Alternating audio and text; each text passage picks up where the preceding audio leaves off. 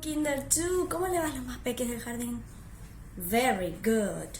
Today we are going to go on working with animals, farm animals, big animals and small animals. Do you remember? ¿Se acuerdan? Que era big, grande, and small, chiquitito. Great. So look, miren acá. Wow, look at this cow. Beautiful cow. Bueno, ¿qué vamos a hacer? We are going to use, vamos a usar two colors, blue and red. Yes? And this sheet of paper. Y esta hojita de papel that I am going to send you, que yo les voy a mandar.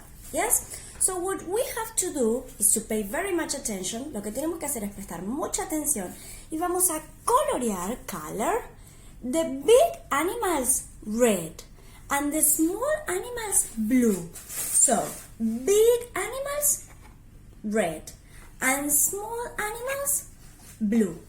Let's try together. Vamos a intentar juntos una vez. A ver.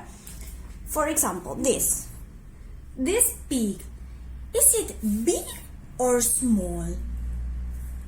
Small, very good. So we are going to color it blue. Lo vamos a colorear blue. Very good.